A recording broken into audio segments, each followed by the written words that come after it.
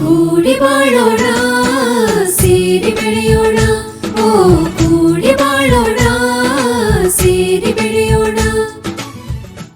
ನಮಸ್ಕಾರ. ಕನ್ನಡ ಕೂಟದ ಎಲ್ಲ ಸ್ನೇಹಿತರಿಗೆ ಹೊಸ ವರ್ಷದ ಶುಭಾಶಯಗಳು. ಈ ಹೊಸ ವರ್ಷದಲ್ಲಿ ನಾವೆಲ್ಲರೂ ಕೂಡಿ ಬಾಳೋಣ ಸೇರಿ ನಲಿಯೋಣ. ನಾನು ಪೂರ್ಣಿಮಾ ಮೋಹನ್, 2026ರ ಪ್ರಾಯೋಜಕತ್ವ ನಿರ್ವಹಣಾ ಸಂಚಾಲಕಿ, ಮಾರ್ಕೆಟಿಂಗ್ ಚೇರ್. ಸ್ನೇಹಿತರೆ, ಈ ಮಾಗಿ ಚಳಿನಲ್ಲಿ, ಭರ್ಜರಿ ಮಳೆನಲ್ಲಿ ನಮಗೆ ಮೊದಲು ಬೇಕು ಅಂತ ಅನ್ಸೋದು ಒಂದು ಬೆಚ್ಚಗಿನ ಮನೆ. ಮನೆ ಅಂದ್ರೆ ಕೇವಲ ಇಟ್ಟಿಗೆ ಮತ್ತೆ ಗೋಡೆಗಳಿಂದ ಕಟ್ಟಿರುವಂಥದ್ದಲ್ಲ. ನಮ್ಮ ಕುಟುಂಬದವರ ಜೊತೆ, ನಮ್ಮ ಪ್ರೀತಿ ಪಾತ್ರರ ಜೊತೆ ನೆನಪುಗಳಿಂದ ಕಟ್ಟಿರುವಂತಹ ಒಂದು ಸುಂದರವಾದ ಸೌಧ. A home is not built with bricks and mortars. It's built with memories. ಆದರೆ ಈಗಿರೋ ಮಾರ್ಕೆಟಿಂಗ್ ಕಂಡೀಷನ್ಸ್ ಅಲ್ಲಿ ನಮ್ಮ ಕೈಲಿ ಈ ರೀತಿ ಒಂದು ಇನ್ವೆಸ್ಟ್ಮೆಂಟ್ ಮಾಡೋದು ಸರಿಯಾದ ನಿರ್ಧಾರನ ಅಥವಾ ಅಲ್ವಾ? ಸಹಜವಾದ ಪ್ರಶ್ನೆಗಳೇ. ಈ ರೀತಿ ಪ್ರಶ್ನೆಗಳು ಕೇವಲ ನಿಮ್ಗೊಬ್ಬರಿಗೆ ಮಾತ್ರ ಅಲ್ಲ, ನಮ್ಮೆಲ್ಲರಿಗೂ ಕೂಡ ಇರುತ್ತೆ. ಇಂತಹ ಹಲವಾರು ಪ್ರಶ್ನೆಗಳಿಗೆ ಉತ್ತರವನ್ನ ನಾವೆಲ್ಲರೂ ಒಟ್ಟಿಗೆ ಕಂಡುಕೊಳ್ಳೋಣ. ಕೂಡಿ ಬಾಳೋಣ ಸೇರಿ ಬೆಳೆಯೋಣ ಈ ಸರಣಿ ಕಾರ್ಯಕ್ರಮದಲ್ಲಿ. ಸ್ನೇಹಿತರೆ, 2026ರ ಹೊಸ ಸರಣಿ ಕಾರ್ಯಕ್ರಮ ಕೂಡಿ ಬಾಳೋಣ ಸೇರಿ ಬೆಳೆಯೋಣ. ಈ ಸರಣಿಯಲ್ಲಿ ಮೊದಲನೇ ಕಾರ್ಯಕ್ರಮಕ್ಕೆ ಇಂದು ನಮ್ಮೊಂದಿಗೆ ಅತಿಥಿಯಾಗಿ ಬಂದಿದ್ದಾರೆ ನಮ್ಮವರೇ ಆದಂತಹ ಶ್ರೀಯುತ ಗಿರೀಶ್ ಬ್ಯಾಂಗ್ಳೂರ್ ರಿಯಲ್ಟರ್ ಅವರು. ಗಿರೀಶ್ ಅವರೇ, ಕನ್ನಡ ಕೂಟದ ಕಾರ್ಯಕ್ರಮಕ್ಕೆ ಆಗಮಿಸಿರೋದಕ್ಕೆ ನಿಮಗೆ ತುಂಬ ಹೃದಯದ ಧನ್ಯವಾದಗಳು ಮತ್ತು ನಿಮಗೆ ಹೊಸ ವರ್ಷದ ಶುಭಾಶಯಗಳು ಕೂಡ. ಥ್ಯಾಂಕ್ ಯು ಪೂರ್ಣಿಮಾ ಅವರೇ, ನಿಮಗೂ ಸಹ ಹೊಸ ವರ್ಷದ ಹಾರ್ದಿಕ ಶುಭಾಶಯಗಳು ಹಾಗೂ ನನ್ನ ಕನ್ನಡ ಕೂಟದ ಎಲ್ಲ ಸ್ನೇಹಿತರಿಗೂ ನನ್ನ ನಮಸ್ಕಾರ. ಗಿರೀಶ್ ಅವರೇ, ಮೊಟ್ಟ ಮೊದಲನೆಯದಾಗಿ ನೀವು 27 ವರ್ಷಗಳಿಂದ ಕನ್ನಡ ಕೂಟಕ್ಕೆ ಬರ್ತಾ ಇದ್ದೀರಾ. ಅದೇ ಅಲ್ಲದೆ ನಿಮ್ಮದೇ ಒಂದು ವಿಭಿನ್ನವಾದ ರೀತಿಯಲ್ಲಿ ಕನ್ನಡ ಕೂಟಕ್ಕೆ ಹಲವಾರು ಸ್ಥಾನಗಳಲ್ಲಿ ಸೇವೆಯನ್ನು ಕೂಡ ಸಲ್ಲಿಸಿದ್ದೀರಾ. ನಿಮ್ಮ ಹಾಗೂ ಒಂದು ಕನ್ನಡ ಕೂಟದ ಬಾಂಧವ್ಯದ ಬಗ್ಗೆ 2 ಮಾತುಗಳನ್ನ ನಮ್ಮ ವೀಕ್ಷಕರ ಜೊತೆ ಹಂಚ್ಕೋತೀರಾ? ಖಂಡಿತವಾಗಿಯೂ ಪೂರ್ಣಿಮಾ ಅವರೇ, ನಾನು ಅಮೆರಿಕಾಗೆ ಬಂದಿದ್ದು 1997ನಲ್ಲಿ.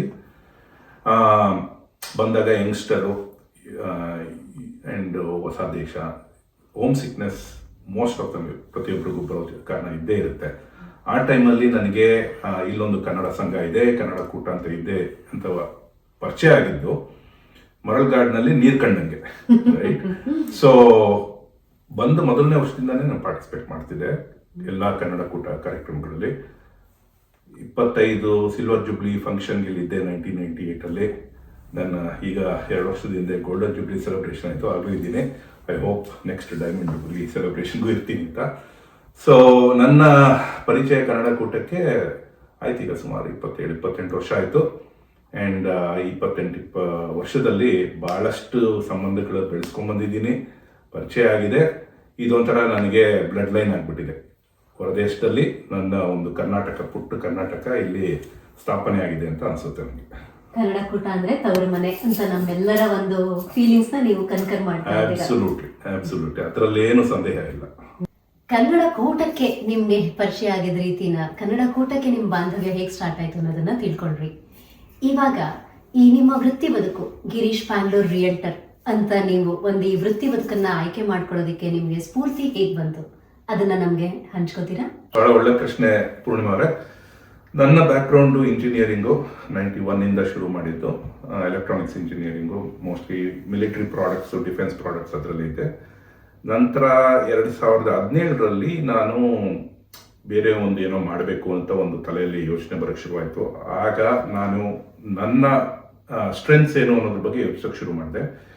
ನನ್ನ ಇಂಜಿನಿಯರಿಂಗ್ ಫೀಲ್ಡಲ್ಲಿ interpersonal skills I felt was something ನಾನು ಚೆನ್ನಾಗಿ ಮಾಡ್ತಿದ್ದೆ, ಮತ್ತು ನನ್ನ ಕ್ಲೈಂಟ್ಸು ಅಪ್ರಿಷಿಯೇಟ್ ಮಾಡ್ತಿದ್ರು. ಮತ್ತು ವರ್ಕಿಂಗ್ ವಿತ್ ಪೀಪಲ್, ಅದು connections, as well as not being somebody working under a boss, being my own boss and not working between 4 walls. ಇದೆಲ್ಲ ನನಗೆ ತಲೆಯಲ್ಲಿ ಬಂತು. ಹಾಗಾಗಿ real estate is going to fit all those needs ಅಂತ real ಎಸ್ಟೇಟ್ಗೆ ನಾನು ಬಂದೆ. ನಮ್ಗೆ ಎಲ್ಲರಿಗೂ ಬೀಯಿಂಗ್ ಅವರ್ ಓನ್ ಬಾಸ್ ಅನ್ನೋದು ಟೈಮ್ನಲ್ಲಿ ತಲೆಯಲ್ಲಿ ಬಂದಿರುತ್ತೆ. But you persuaded your dream. Kudos to you. Thank you. ಹಾಗೆ ಇನ್ನೊಂದು ವಿಚಾರ, ನಿಮ್ಮ ಇಂಟೆರೋ ರಿಯಲ್ ಎಸ್ಟೇಟ್ ಗ್ರೂಪ್ನಲ್ಲಿ you are among the top agents continuously for 7 years. ನಿಮಗೆ ನಿಮ್ಮ ವೃತ್ತಿ ಬದುಕಿನಲ್ಲಿ ತುಂಬ ಇಂಪ್ಯಾಕ್ಟ್ಫುಲ್ ಆಗಿರುವಂಥ ತುಂಬ ಒಂದು ಆತ್ಮತೃಪ್ತಿಯನ್ನು ತಂದುಕೊಟ್ಟಂತಹ ಸನ್ನಿವೇಶ ಸಂದರ್ಭ ಯಾವ್ದಾದ್ರು ಇದ್ರೆ ನಮ್ಮೊಂದಿಗೆ ಹಂಚ್ಕೋತೀರಾ? ಖಂಡಿತವಾಗಿ. ಪೂರ್ಣಿಮಾ ಅವರೇ, ಬಹಳಷ್ಟು ಸಂದರ್ಭಗಳಿದೆ, ಎಸ್ಪೆಷಲಿ ಸರ್ವಿಸ್ ಬಿಸ್ನೆಸ್ ಅಲ್ಲಿ. ಒಂದು ಈಗ ಜ್ಞಾಪಕಕ್ಕೆ ಬರ್ತಿರೋದು, ನನಗೆ ಸಂತೃಪ್ತಿ ಯಾವುದು ತರುತ್ತೆ ಅಂದ್ರೆ ಯಾವಾಗ ನನ್ನ ಕ್ಲೈಂಟ್ಸ್ಗೆ ಅದು ಸ್ಯಾಟಿಸ್ಫ್ಯಾಕ್ಷನ್ ಬರುತ್ತೆ ಅಂತ, ರೈಟ್? ಅದು ಗೊತ್ತಾದ್ರೆ ನನಗೆ that is more than anything else. ಒಬ್ರು ಸುಮಾರು 2 ವರ್ಷ ಇಂಟರ್ನೆಟ್ ಅಲ್ಲಿ ನಾನು ನೋಡಿ ಬಂದಿದ್ದು ನಂತರ, ಸೊ ಹಾಗಾಗಿ ಅವರು ಸ್ಟ್ರೇಂಜರ್, ರೈಟ್? 2 ವರ್ಷ ನನ್ನ ಜೊತೆನೇ ಇದ್ರು. 2 ವರ್ಷ ಬಹಳಷ್ಟು ಮನೆಗಳು ನೋಡಿ ಕೊನೆಗೆ ಒಂದು ಮನೆ ಅವ್ರಿಗೆ ತುಂಬಾ ಇಷ್ಟ ಆಯ್ತು, ಬಟ್ ಬಡ್ಜೆಟರಿ ಪ್ರಾಬ್ಲಮ್ಸ್ ಇತ್ತು. ನಮ್ಗಿಂತ ಜಾಸ್ತಿ ಹಾಕಿರೋ ಬಯರ್ದು ಆಫರು ಇತ್ತು. Based on my relationship with seller's agent, the seller's agent was able to get my buyer into contract. ಇದು ಬಹಳ ಖುಷಿ ಆಯಿತು ನನ್ನ ಕ್ಲೈಂಟಿಗೆ. ಅವರು ಒಂದು ಜಿಲ್ಲೋ ಅಲ್ಲಿ ದ ಲಾಂಗೆಸ್ಟ್ ರಿವ್ಯೂ ನನಗೆ ಹಾಕಿರೋದು, ಸುಮಾರು 1.5 ಪೇಜು ಜಿಲ್ಲೋಲಿ ಇದೆ ಈಗಲೂ. So this is what I can say is at the end of the day, ನನ್ನ ಕ್ಲೈಂಟ್ಸ್ಗೆ ಖುಷಿ ಆದರೆ ದಟ್ಸ್ ಆಲ್ ಐ ನೀಡ್. ಖುಷಿ ಆಯಿತು ಗಿರೀಶ್ ಅವರೇ. You measure your success based on your client success ಅಂತ ಕೇಳಿ. ಒಂದೇ ಒಬ್ರು ಕ್ಲೈಂಟು 2 ವರ್ಷ ನಿಮ್ಮ ಜೊತೆ ಕಾಯ್ಕೊಂಡಿದ್ದು ನಿಮ್ಮ ಜೊತೆನೆ ಕೆಲಸ ಮಾಡಿದ್ದಾರೆ until you close the deal ಅಂತ. How are you able to achieve this long standing relation ಅಂತ? ಅದನ್ನ ಹೇಳ್ಬೇಕಂದ್ರೆ ನನ್ನ ಕ್ಲೈಂಟ್ಸ್ಗೆಲ್ಲ ಸ್ಟಾರ್ಟಿಂಗ್ ಅಲ್ಲಿ ಇದೆ ಹೇಳೋದು, relationship between a real estate agent and a client is like a short term marriage. ಮುಖ್ಯವಾಗಿ ಬೇಕಾಗಿರೋದು ಮ್ಯಾರೇಜ್ ಅಲ್ಲಿ ಸಸ್ಟೈನ್ ಆಗ್ಬೇಕಂದ್ರೆ trust between each other. So ನಾನು ಏನೇ ಕೆಲಸ ಮಾಡಬೇಕಾದ್ರೆ ಎಸ್ಪೆಷಲಿ ಫಾರ್ ಮೈ ಕ್ಲೈಂಟ್ಸ್ ಅಲ್ವಾ, I want to make sure it is in their best interest. ಅದು ಅವ್ರಿಗೆ ಕಾಣ್ ಬಂದಿರ್ಬೋದು, ಗಿರೀಶ್ ಏನೇ ಮಾಡ್ತಿದ್ರು ನಮ್ಮ ಒಂದು ಒಳ್ಳೆ ಇದಕ್ಕೋಸ್ಕರ ಮಾಡ್ತಿದ್ದಾರೆ ಅಂತ. ಅವ್ರೇನು ನನ್ನ ಬಾಯ್ಬಿಟ್ಟು ಹೇಳಿಲ್ಲ, but I would assume that is the reason. ಹಾಗೆ ನನ್ನ ಮುಂದಿನ ಪ್ರಶ್ನೆ, ಈಗ ಆರ್ಥಿಕ ಪರಿಸ್ಥಿತಿ ಬದಲಾಗ್ತಿದೆ ದಿನೇ ದಿನೇ. ಈ ಚೇಂಜಿಂಗ್ ಮ್ಯಾಕ್ರೋ ಎಕನಾಮಿಕ್ ಕಂಡೀಷನ್ಸ್ ಅಲ್ಲಿ ಮನೆ ಮೇಲೆ ಹಣ ಹೂಡಿಕೆ ಮಾಡೋದು ಎಷ್ಟು ಸರಿಯಾದ ನಿರ್ಧಾರ ಅನ್ನೋ ಪ್ರಶ್ನೆ ಬಹುಶಃ ಎಲ್ಲರಿಗೂ ಬಂದಿರುತ್ತೆ. ನೀವು ಈ ರಿಯಲ್ ಎಸ್ಟೇಟ್ ಬಿಸ್ನೆಸ್ನಲ್ಲಿ ರಿಯಲ್ಟರ್ ಆಗಿ ಇಷ್ಟು ವರ್ಷ ಸಕ್ಸಸ್ಫುಲ್ ಆಗಿರೋದ್ರಿಂದ ನಿಮ್ಮ ಒಂದು ಅನುಭವದಲ್ಲಿ ಅಂಥ ಪ್ರಶ್ನೆಗೆ ಹೇಗೆ ಅಡ್ರೆಸ್ ಮಾಡ್ತೀರಾ? ಸೊ ಪ್ರತಿಯೊಬ್ಬ ಬಯರ್ ಕ್ಲೈಂಟ್ದು ಸ್ಪೆಸಿಫಿಕ್ ನೀಡ್ಸ್ ಇರುತ್ತೆ, ಸ್ಪೆಸಿಫಿಕ್ ಸರ್ಕಮ್ಸ್ಟೆನ್ಸಸ್ ಇರುತ್ತೆ. ಸೊ ಇದಕ್ಕೆ ಇಂಗ್ಲೀಷಲ್ಲಿ ಹೇಳ್ತಾರಲ್ಲ, ಒನ್ ಸೈಜ್ ಫಿಟ್ಸ್ ಆಲ್ ಅನ್ನೋದು ಆಗೋದಿಲ್ಲ. ಸೊ ನಾನು ಮುಖ್ಯವಾಗಿ ನನ್ನ ಬಯರ್ಸ್ಗೆ ಹೇಳೋದು, ಅವ್ರ ಹತ್ರ ಫಸ್ಟ್ ಟೈಮ್ ಮೀಟಿಂಗ್ ಮಾಡಿದಾಗ ಮಿನಿಮಮ್ 2.5 hours ಆಗುತ್ತೆ. ಅದ್ರಲ್ಲಿ ಬಹಳಷ್ಟು ಡಿಸ್ಕಷನ್ ಆಗುತ್ತೆ. One of the things I tell them is, don't look at external situation, look at your internal situation. Number 1, do you really need a house? Answer that question. And if you say yes, ನನಗೆ ಮನೆ ಬೇಕು, these are the reasons I need it. Next question is, do you have sufficient finances to buy that house in the city you want? Okay, whatever that house is.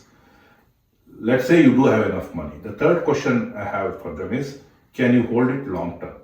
Long term ಅಂದ್ರೆ ನಾನು ಹೇಳೋ ಪ್ರಕಾರ 8 to 10 years. There is a reason why 8 to 10 years, why not 3-4 years. ಅದು it's a long discussion. So I ask them, these are your own internal factors. ನಿಮಗೆ need ಇದೆಯಾ, ದುಡ್ಡು ಇದೆಯಾ, can you hold it long term? If you answer yes, then just go and buy. What happens around you should not control what you should do, right? Eventually, if you follow these rules, you will definitely come on the top in terms of, let's say, not losing your money, making money over the long term.